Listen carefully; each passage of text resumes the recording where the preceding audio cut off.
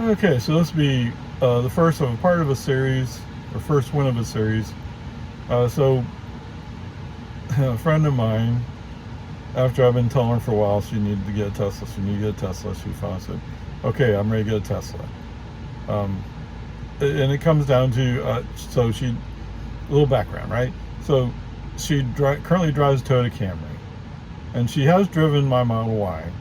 So, she prefers the size of the Camry, which basically means that she's looking at the size of a Model 3. So that was pretty clear. The Model 3 is the cheapest of the cheaper one between the 3 and the Y. And she's looking at the rear-wheel drive because it is the cheapest. But she also wants to get the complete tax credit of $7,500. So that means you got to take delivery before Tuesday, the 18th, when the new rules go into effect, and then it's only half the $7,500 credit. So with that in mind, so the first thing I did was I searched the in-stock inventory in the Austin area. Well, actually, it's the Centex, or not Centex. Anyway, the Dallas down to San Antonio and out to Houston triangle, basically. And so I found that they had a blue Model Y in South Austin on St. Elmo. At least that's what the website said. And it was Sunday, so I placed the order. So while typing in the order, typed in the wrong email address. Oh, horrible mistake. So, I mean, that's not really the whole point of this, but anyway, make sure your paperwork's in order before you do it. I mean, that's obvious. You're buying a car, it's always a messy business. But because the email was wrong, then there's all kinds of backup.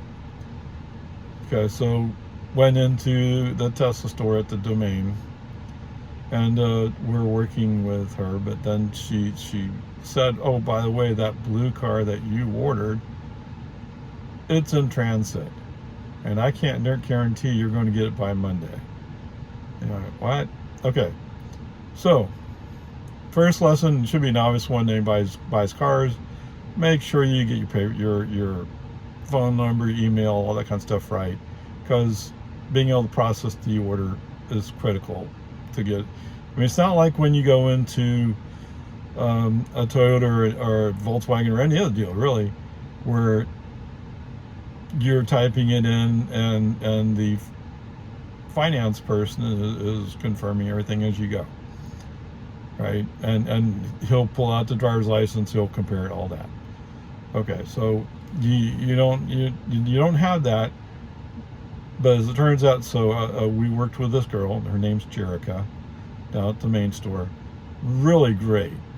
I mean, there are rules that she has to follow, and she stated, well, I can't break that rule, or this is what the policy is, I can't change that. So, but she said, well, to change your order, we can submit a request to update the email. And she knew that if we're going to have any chance of getting it done, we had to do it right away. So she got that submitted. Okay. The second part is, okay, so what are we going to do about this car? So we couldn't work out any solution the first day, but she was the one who told me that just because it shows on the website doesn't mean we have it here. Okay. And they don't flag to the public. They don't flag that it's in transit. I mean, it would have been helpful to know that it was in transit. You don't have to say what the ETA is. If it's in transit, that means, okay, don't count it being there, especially if you got a deadline. But anyway, whatever. So my friend and her husband went down the next day and then negotiated for a car. But when we went back today to confirm where it was, oh, that car's in transit. So, they switched to another car that's in transit. And it sounds like, in fact, even further out. So, I don't know. Here's the bottom line answer to parts of this. If it's your first time buying a Tesla, or if you're uncomfortable with the process, you probably want to go down to one of the stores if it's at all possible, and have them kind of hold your hand a little bit while you're doing it. I can tell you from my experience, doing the stuff on the app was mostly because it was new. It was kind of like, so just having somebody say, okay, it works this way, you do this, you do that, is a calming influence. And I can tell you right now, working with Jericho is great. So, but it's not just her. I think almost any one of the people there at the store, and I think there's like at least 6 different ones that I know. I mean, they're all friendly, helpful, the nicest people you could work with. And we asked one guy, actually, is like, do you all get commission out of this, or what's the deal? And no, they're just there trying to help you out, make it work. That's their job. That's their satisfaction. And they didn't offer like, well, you could offer feedback on this website, say how great I did, because like I'm already mentioning this girl several times now. I think she did a great job. The email mistake was mine. The second one, well, maybe there wasn't paid enough attention to what details were. I don't know. I wasn't there. But definitely today, I mean, I was there, and when Jericho said something, and I thought there was a question about it, I made sure I heard her correctly. So, I mean, that part worked out great. So, anyway, the order process, once we got it flowing, great stuff. Okay, there's still some paperwork stuff left to be done, but almost all of it we're done. Oh, so there's a side note on Tesla insurance, I guess. So if you're buying a Tesla, I don't know. I didn't go Tesla insurance. I already had an insurance company, and I was happy with them, and I wasn't ready to change. But I have heard other people say that Tesla insurance actually is cheaper. And I've even heard that, okay, like I have a Jetta, it's my second car. So you can add other cars in there. Now, the side note is, I don't want to get too far into any details, but basically, because Tesla insurance is part of Tesla, and because the car reports how everything's going, including how the driver drives, Tesla insurance has access to how safe a driver you are. And actually, there's something called safety score that's kind of buried somewhere in the system.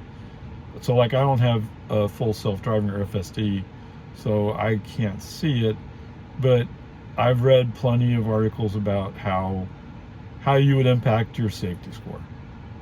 And it used to be to get FSD beta, it was important to have a good safety score. Now, because now everybody gets it, so, I mean, if you buy it, you get it. I didn't buy it, so I don't get it, right? So that makes sense. I hope it does. Anyway, but there's still still a way that they score the safety of how you drive. So, for example, I allegedly, as I say, exceed the speed limit slightly, which, I mean, the cops aren't going to chase you down for a little bit over speed limit. So that shouldn't be too big a deal. I don't always turn my turn signal when I'm switching lanes or making a turn. Okay, so those are things that might have some slight marks. But anyway, the point is, Tesla Insurance, because they have access to the data, they can offer you a lower rate. So that sounds pretty good. Unless you're a horrible driver, then it probably doesn't sound good. But if you're a horrible driver, well, the safety scores, the crash safety scores of Teslas are extraordinary, not extraordinary, because they can score them, right? But they're the best scores. I think there's only one car in between the S and the Y, and I'm not sure where the 3 scored, but anyway, the S and Y on the times they were tested were the top score. Anyway, enough of that. So anyway, the order process. So when you order the car, one of the first things that they're going to send you is either a text or an email. I think it's a text that says, please download the app. The Tesla app, that is. Okay, in the Tesla app, you need to submit your driver's license information. So that gets your order going. And then, so once you get that going, then they'll want to, so the first thing you'll do actually is submit a reservation payment. In the case of my friend, it was $250. For some reason, I think it was $100 when I did it, but I mean, that's a year ago. It's just a year. Anyway, so you submit the $250 on credit card. Bam, done. Okay. Send them a copy of your, fill in the information about your driver's license, and submit a copy of your driver's license, a photocopy. Okay, boom, done. So the next step, as I recall, was submitting your insurance. Now, my insurance, Safeco actually, my insurance doesn't like putting your car on your policy until you've bought the car. Okay, so there's a hang up. I've always had that problem between them and my credit union. So I'd always have to bend the truth and tell my insurance, yes, I have received the car.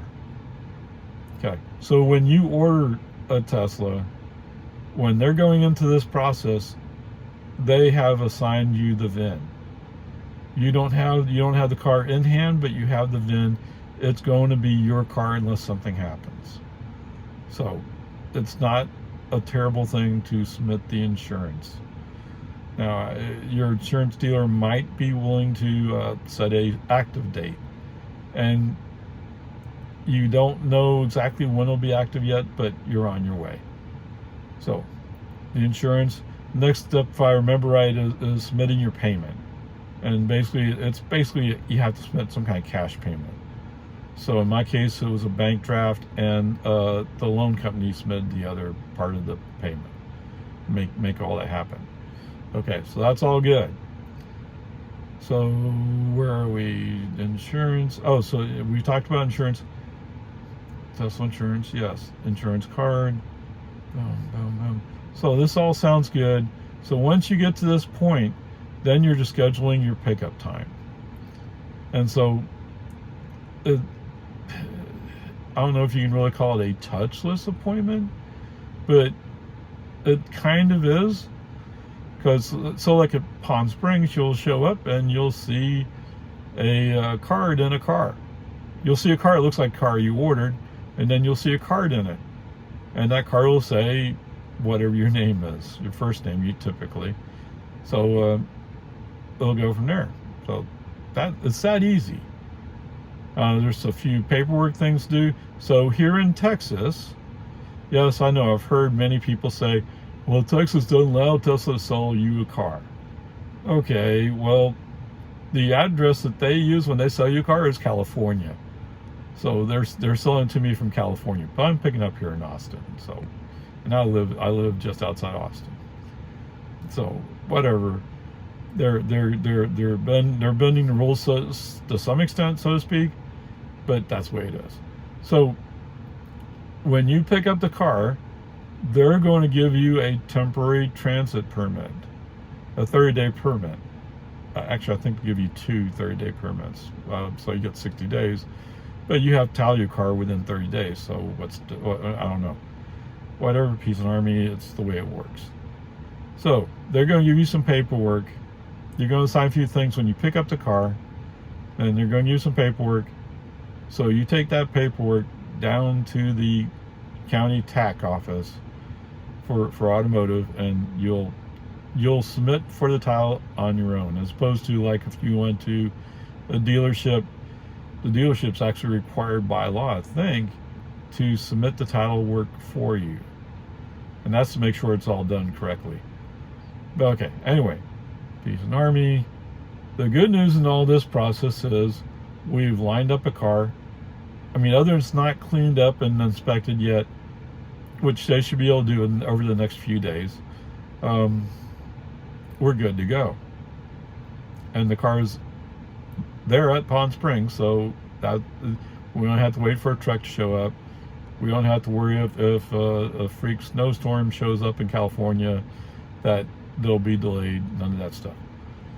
So it's easy for me to say. It's relatively simple and painless, but it's not completely painless because they're still working with detailed policies and that kind of stuff. So anyway, if you just look at it as getting through it, it's fine. Anyway, so good news is my friend's about to get a car. I'm fairly excited that we're to this point, because it's been a back and forth thing for a while. But at least we're there, or we're getting to that point. And so in a few days, she's going to have a car. And we're going to spend a lot more time getting her used to that car. But it's good stuff. Another ICE car. I mean, it's not gone yet, but we're working on it. You know, one piece at a time. Anyway, there you go.